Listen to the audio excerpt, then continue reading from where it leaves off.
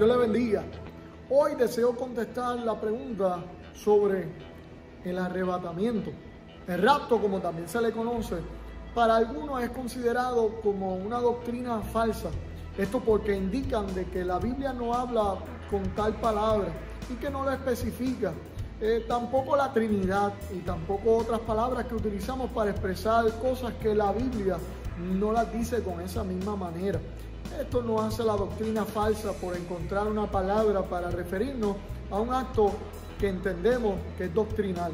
Otros indican que lamentablemente esto no se enseñó en la antigüedad. Sí, algo que se enseñó en la antigüedad y se veía de otras maneras. Lo que sucede es que lamentablemente para algunos el rapto solamente es la desaparición de la iglesia antes de la gran tribulación. Y quiero que usted entienda que existen tres tipos de pensamiento sobre el rapto. Por lo tanto, la pregunta no es si el rapto existe o no y si es doctrinal o no, es a dónde ubicas el rapto, porque algunos lo ubicamos antes de la gran tribulación, otros en el medio de la gran tribulación y otros al final de la gran tribulación. Y ese es en realidad la problemática del asunto. Cada uno de estos tres pensamientos tienen una manera bíblica de observarlo. Aquellos que opinan que es después de la gran tribulación observan específicamente los últimos capítulos de Apocalipsis, donde hay unas personas que se acercan al trono blanco y es allí donde ellos indican de que allí ocurrió ese rapto. Otros observan el final de las 7 trompetas y es allí que observan que ocurre este rapto. Y otros observamos el hecho del capítulo 4 de Apocalipsis como decir que es el momento donde se señala el rapto. De las tres, las más famosas son la pretribulacional y la midtribulacional. La midtribulacional constantemente es muy confundida por los pretribulacionistas como algo que le identifica. Me explico. Hay personas que observan los cuadros donde están los ángeles tocando trompetas y allí la iglesia levantándose y lo asocian con el arrebatamiento. Sí, ese es el arrebatamiento, pero una representación de la midtribulación, porque para ellos quienes tocan la trompeta son los ángeles. En cambio, nosotros entendemos los de la pretribulación, que quien toca la trompeta es Dios mismo, con voz de mando, con trompeta de Dios, descenderá del cielo. Usted lo observa en Apocalipsis capítulo 4, donde dice: y oí la primera voz que me dijo, sube acá. Y eso es lo que nosotros entendemos que es el llamamiento de rapto, en esta ocasión para Juan. Un asunto que es muy confundido es Mateo 24. Para los midtribulacionistas, ellos opinan que estas es las señales que anteceden el arrebatamiento. Claro está, porque ellos opinan de que la iglesia pasará por la gran tribulación y a mitad será arrebatada. Por eso Mateo 24 es muy parecido a lo que es Apocalipsis capítulo 6. Por lo tanto, los pretribulacionistas no deben de asociar Mateo 24 con las señales del arrebatamiento. Primero, porque las señales del fin no es igual a las señales del arrebatamiento.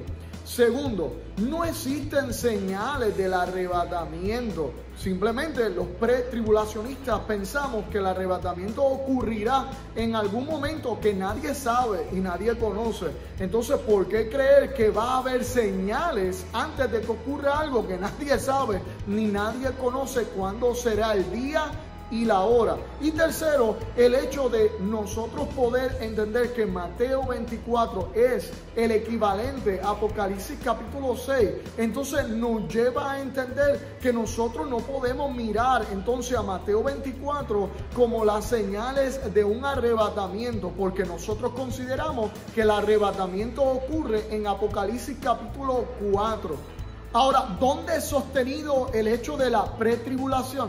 Como yo le había comentado en otros videos, es importante que antes de usted crear una doctrina, usted debe de tener una base en el Antiguo Testamento y en el Nuevo Testamento.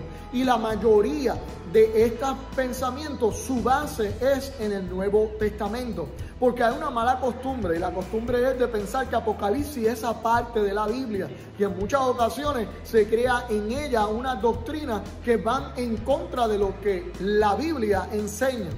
Entonces, ¿dónde podemos observar que existe esta unión en el Antiguo Testamento para apoyar de que el rapto ocurrirá antes de la gran tribulación? Si usted observa Génesis capítulo 18, allí está la contestación. En ese capítulo se observa cuando Abraham adora a estos varones y luego entonces estos varones revelan que van a destruir a Sodoma y a Gomorra. Salen dos de estos tres varones hacia Sodoma y es allí donde se quedó uno de ellos hablando con Abraham. Al revelarle su propósito, Abraham comienza a interceder y le pregunta si él destruiría la ciudad, si por lo menos hubiera algunos justos. Y la respuesta es, no lo destruiría por amor a los justos. Los que sustentan que la iglesia pasará por la gran tribulación, lo hacen partiendo de la premisa de que Apocalipsis no es necesariamente un castigo de Dios, sino más bien la manera en que el mundo persigue a la iglesia. En cambio, esa no es la forma en que Apocalipsis se presenta. Es el momento donde los elementos arderán.